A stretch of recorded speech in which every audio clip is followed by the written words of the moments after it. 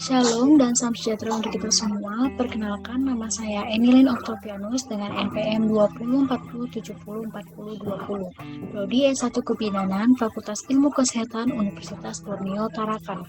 Pada saat ini saya akan menjelaskan PPI atau pencegahan dan pengendalian infeksi. Infeksi adalah penyakit yang disebabkan oleh mikroba patogen dan bersifat sangat dinamis, tanpa disertai gejala klinik. Penyakit infeksi adalah masalah kesehatan yang disebabkan oleh organisme seperti bakteri, jamur, virus, dan juga parasit. Penyakit infeksi adalah penyakit yang nyata secara klinik, yaitu tanda-tanda dan gejala-gejala medis karakteristik penyakit yang terjadi akibat dari infeksi. Keberadaan dan pertumbuhan agen biologik patogenik pada organisme host individu. Penyebaran mikroba patogen ini tentunya sangat merugikan bagi orang-orang yang dalam keadaan sehat, terutama bagi orang-orang yang dalam keadaan sakit. Orang-orang yang dalam keadaan sehat akan menjadi sakit, dan terlebih kepada orang-orang dalam keadaan sedang sakit atau dalam perawatan akan menjadi beban penyakit akibat dari penularan mikroorganisme patogen tersebut.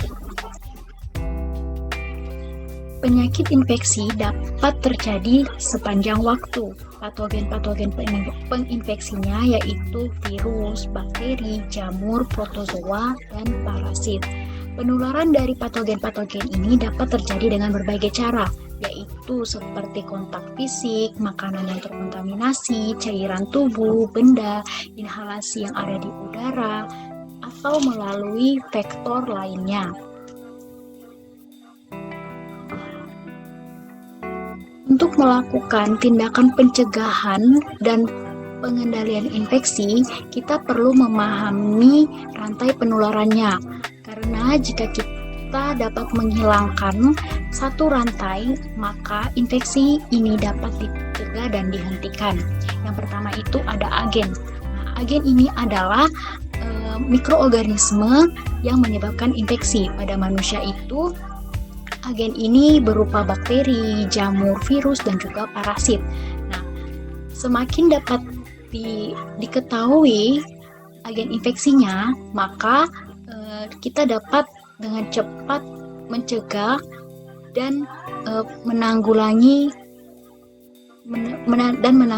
dari infeksi tersebut.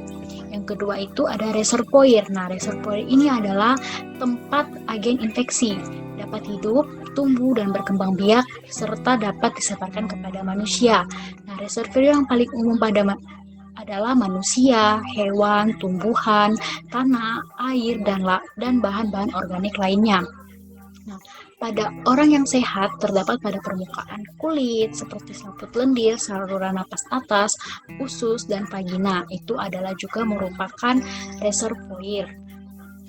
Yang ketiga itu ada tempat keluar. Nah, tempat keluar atau pintu keluar ini adalah jalan dari mana agen infeksi ini meninggalkan reservoir.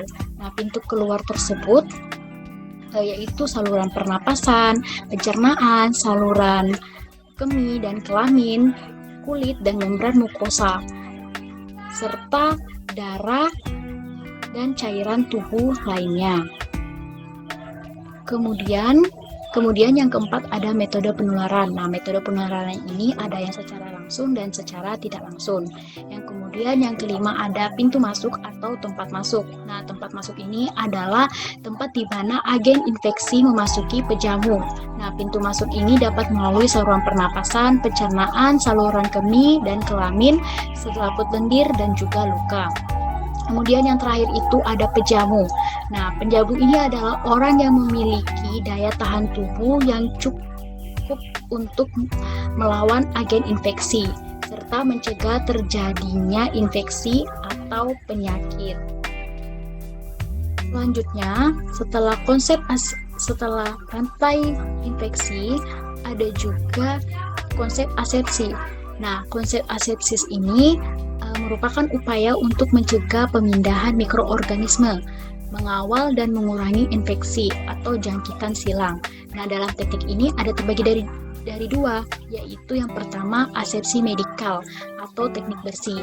Nah, teknik ini digunakan untuk mengurangi jumlah mikroorganisme di suatu objek serta menurunkan kemungkinan penyebaran mikroorganisme tersebut. Nah, contohnya itu dengan mencuci tangan, mengganti lem tempat tidur, dan menggunakan cangkir untuk obat. Yang kedua itu ada asepsi surgikal atau teknik steril. Nah, teknik ini termasuk prosedur yang digunakan untuk membunuh mikroorganisme dari suatu objek. Nah, pada aseptik medis, suatu objek dinyatakan terkontaminasi jika objek tersebut mengandung atau diduga mengandung patogen. Nah, contohnya itu pada bedpan yang sudah dipakai, lantai, dan kasa yang basah. Kemudian yang terakhir itu ada transmisi mikroorganisme. Nah, transmisi mikroorganisme ini adalah bagaimana cara penularannya. Nah, dalam cara penularannya ini ada dua, yaitu transmisi langsung dan tidak langsung.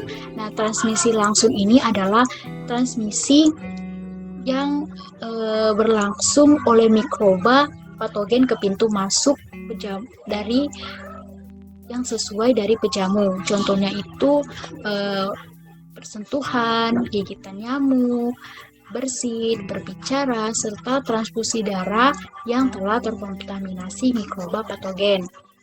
Kemudian yang kedua itu ada transmisi tidak langsung.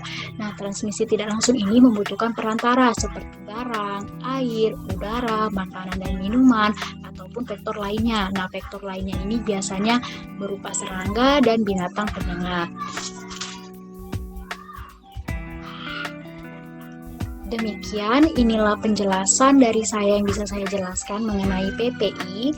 Jika ada kesalahan kata, mohon dimaafkan. Kurang dan lebihnya saya ucapkan terima kasih.